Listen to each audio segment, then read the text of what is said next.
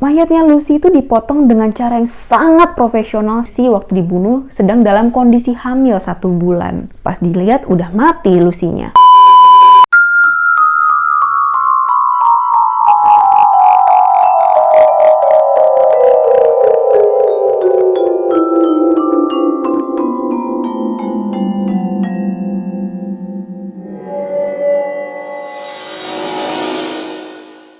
Bada bing, bada bu. Hai bestie, apa kabar semuanya? Semoga kalian sehat-sehat aja dan balik lagi ke channel aku. Seperti biasa, kita hari ini akan ngomongin tentang true crime.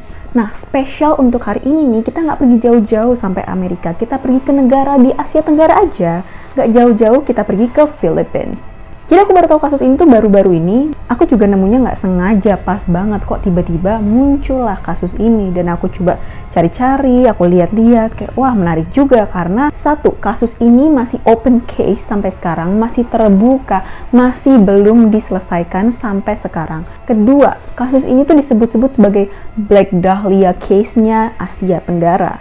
Yang ketiga, kasus ini tuh juicy banget ya, tentang wanita karir, tentang polisi, tentang perselingkuhan, dan mutilasi. Oke, aku nggak excited tentang mutilasinya, tapi ini menarik ya, kenapa dari semua hal yang terjadi, ujung-ujungnya jadi mutilasi. Tapi seperti biasa, sebelum cerita ini dimulai, jangan lupa kalian like dan subscribe video ini. Jangan lupa juga follow Instagram aku di @monicarajalele. Dan jangan lupa juga untuk nyalain tombol loncengnya supaya kalian nggak ketinggalan updatean terbaru aku. Oke, kita mulai. Jadi cerita hari ini tuh terjadi di Filipina, di mana terjadi sama seorang wanita yang bernama Lucila Lalu. Iya, namanya agak tongue twister, jadi kita sebut aja namanya Lucy. Jadi Lucy lahir tanggal 14 Agustus 1933. Dia tinggal di sebuah desa di daerah Pampanga, di kota Pampanga di Philippines. Dia itu tumbuh besar di keluarga yang kurang mampu. Jadi waktu dia umur 20-an pertengahan, dia mikir, kayaknya nggak bisa cuma ngandalin kerja di daerah ini. Nggak akan menghasilkan apa-apa. Gimana kalau aku mencoba peruntungan aku ke kota? Mungkin aku bisa merantau, mungkin aku bisa dapat uang lebih banyak. Mungkin aku bisa bikin bisnis di sana. Mungkin juga aku bisa bantu orang tuaku. Mungkin aku bisa jadi kaya raya di sana, atau ketemu artis, atau ketemu pebisnis yang mau nikah sama aku. Dia banyak angan-angannya. Akhirnya pada umur 28 tahun, tepatnya tahun 1961, Lucy pindah dari Pampanga ke Manila. Jadi Manila itu adalah ibu kotanya Philippines. Nggak cuma ibu kota doang, itu juga termasuk pusat kota metropolitannya Philippines. Sama persis kayak Jakarta. Nah, setelah pindah dengan berbekal pendidikan seadanya, Lucy mendapatkan job sebagai seorang pelayan di sebuah bar.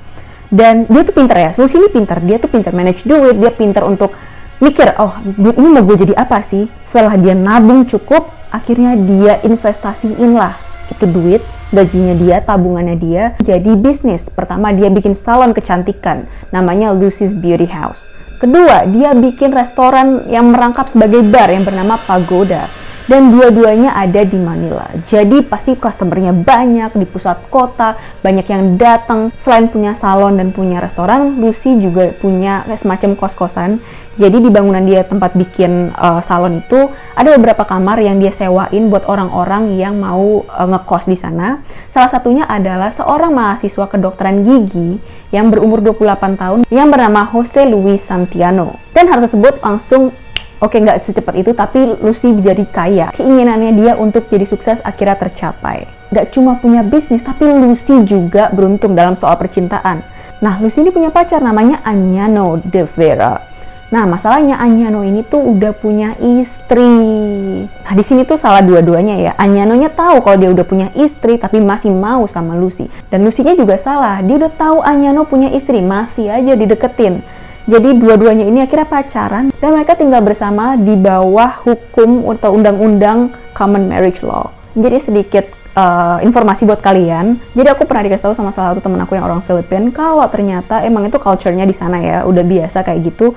Dan untuk orang-orang yang pacaran, orang-orang yang tinggal di satu rumah tanpa ikatan perkawinan, mereka tuh dilindungi sama undang-undang Common Marriage Law. Jadi mereka seakan-akan menikah tapi cuma secara agama, tidak secara sipil. Sebenarnya Lucy ini udah terkenal, dia tuh pacarnya banyak, tapi entah gimana kayak cinta banget sama Agnano, akhirnya dia mau settle down dan mereka punya anak. Nah, di bagian ini tuh aku respect ya sama Lucy ya. Dia devoted banget sama keluarganya, dia sayang sama keluarganya, dia ngurus keluarganya, dan juga dia berhasil di bisnisnya dia. Super mom, super career woman. hebat. Bagian jadi simpenannya nggak hebat ya. Awalnya hubungannya Agnano sama Lucy ini kayak mesra, bahagia. Tapi lama-lama Agnano mikir, Lucy kok makin aneh ya. Dia mulai menjauh dari aku. Dia mulai nggak semesra dulu. Dan Agnano, karena dia penasaran, dia kira selidikin lah si Lucy ini. Apalagi dia polisi, dia punya skill untuk menyelidiki lebih hebat daripada gue, daripada orang-orang pada umumnya.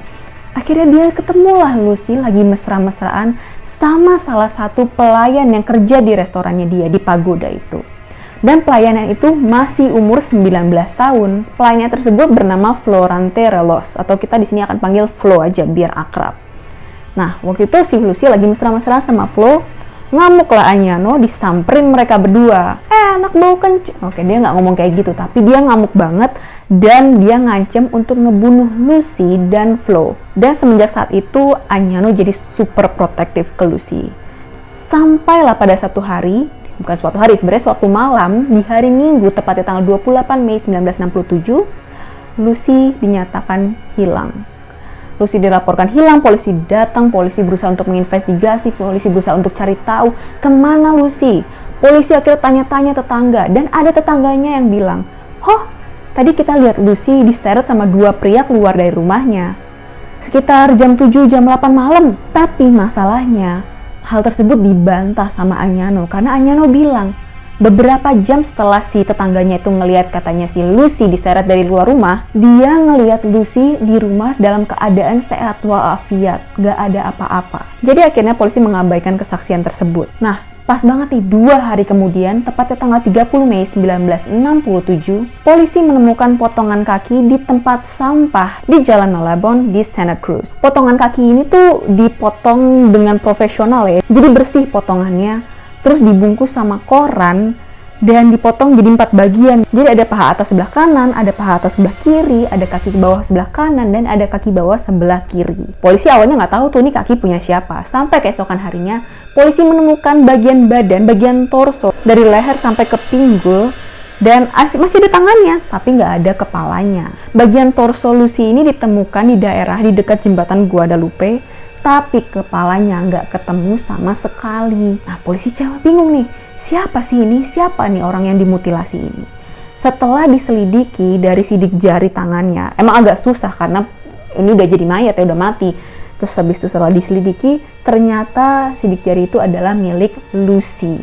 Jadi mayat tersebut adalah Lucy, dan setelah diotopsi, sedihnya lagi, ternyata Lucy waktu dibunuh sedang dalam kondisi hamil 1 bulan. Dan otomatis ya, Agnano sama Flo ini, karena mereka berdua adalah partnernya Lucy, mereka berdua langsung otomatis jadi tersangka utama. Yang pertama ditangkap adalah Flo. Flo ditanya-tanya, diinterogasi, tapi polisi nggak menemukan apapun karena Flo punya alibi yang kuat. Dimana di hari Lucy ini menghilang, Flo tuh pergi sama 2 temannya. Dia pergi hari Minggu sore dan balik Senin paginya. Jadi berdasarkan hasil forensik, itu adalah waktu perkiraan kapan Lucy meninggal. Dan di waktu tersebut, karena Flo lagi pergi sama teman-temannya, dan teman-temannya juga bisa mengkonfirm kalau iya Flo emang pergi sama kita kok, akhirnya dia bebas. Tersangka kedua adalah si Agnano. Agnano juga jadi tersangka karena dia, ya pastilah dia adalah partnernya Lucy. Partner, suami, istri, pacar, pasti akan jadi tersangka utama kalau ada kasus pembunuhan.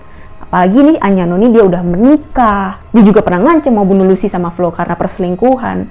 Tapi polisi semakin mereka digging, semakin mereka cari tahu, semakin mereka nggak menemukan apa-apa dari Agnano. Akhirnya polisi berusaha untuk cari tahu lagi. Mereka mengamati dan mereka sadar mayatnya Lucy waktu ditemukan kondisinya tuh dingin banget. Seakan-akan dia baru keluar dari freezer. Itu 1. 2. Mayatnya Lucy itu dipotong dengan cara yang sangat profesional, sangat bersih. Pasti pembunuhnya adalah orang yang familiar sama pisau. Biasanya tukang daging, atau dokter bedah, atau mahasiswa kedokteran. Dari dugaan-dugaan tersebut, polisi mendapatkan kesimpulan kalau pembunuhnya si Lucy ini adalah orang kaya. Dan kok ya kebetulan banget tanggal 15 Juni 1967, si mahasiswa yang ngekos di tempatnya Lucy, dia mengaku kalau dialah yang membunuh Lucy. Dia datang ke kantor polisi, dia mengaku ke Sersan Ildefonso Labao. Di sini kita akan panggil Sersan Labao. Dia bilang, iya, jadi waktu itu Lucy datang ke kamar saya, dia mau godain saya, tapi saya nggak mau, saya nggak suka sama Lucy. Akhirnya saya nggak sengaja cekik dia. Pertanyaannya ya mas, gimana caranya nggak sengaja nyekek? Nyekek itu butuh tenaga, butuh tangan, kecuali kamu di bawah pengaruh alkohol atau obat-obatan, atau mungkin pikiran yang kalut, rasanya agak sulit ya bilang kalau kamu tuh nggak sengaja nyekek. Dan setelah si Jose Luis ini sadar kalau dia nyekek Lucy, dia kayak, oh my god, pas dilihat udah mati Lucy-nya. Udah akhirnya sama dia dipotong-potonglah Lucy. Dan dia bilang kalau dia buang kepalanya Lucy di rawa-rawa di daerah Albano di Quezon City. Dan yang anehnya adalah polisi tuh mengabaikan untuk cari tahu kebenaran hal tersebut. Mereka nggak mau ngecek kamar kosnya si Jose Luis, padahal itu kan penting banget ya. Mereka harus tahu, bener nggak sih ini orang pembunuhnya? Nggak boleh serta-merta orang ini cuma ngaku kalau dia membunuh Lucy. Jose Luis harus diperiksa, kamarnya harus digeledah, apapun yang dia miliki, orang-orang terdekatnya semuanya harus diinvestigasi.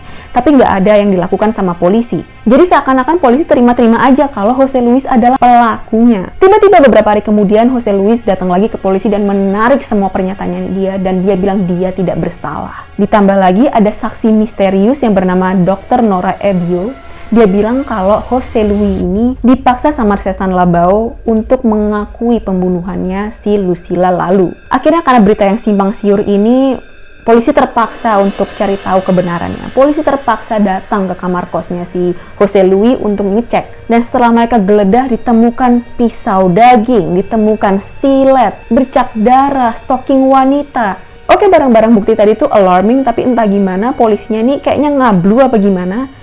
Dan mereka merasa, oh oke, Jose Luis nggak bersalah. Tadinya mereka ngotot kalau Jose Luis ini adalah pembunuhnya. Tapi sekarang mereka kayak, oh, oke, dia bukan pembunuhnya. Padahal evidence, padahal barang bukti itu udah nyata di depan mata. Ada apa sih ini? Dan siapa sih Dr. Nora Ebio ini? Dan apakah dia orang besar? Apa dia berusaha untuk melindungi Jose Luis? Kita nggak tahu.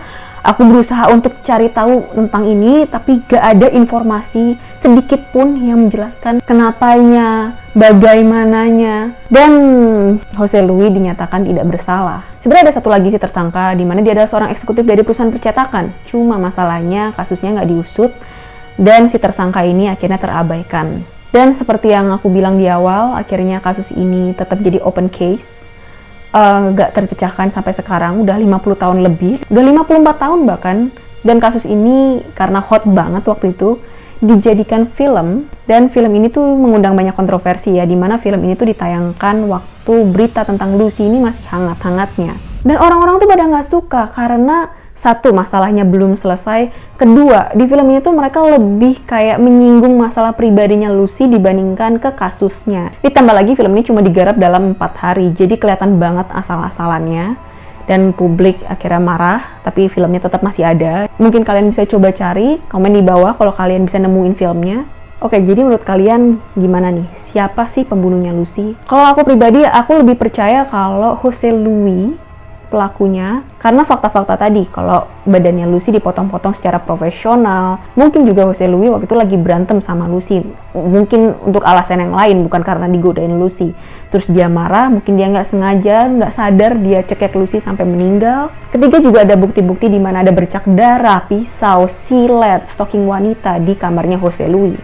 Kalaupun dia bukan pembunuhnya Jose Luis, barang-barang yang ada di dalam kosannya Jose Luis ini benar-benar alarming ya. Gimana menurut kalian? Komen di bawah. Dan kalau kalian suka video hari ini, jangan lupa like, subscribe, dan sampai ketemu di video aku selanjutnya. Bye!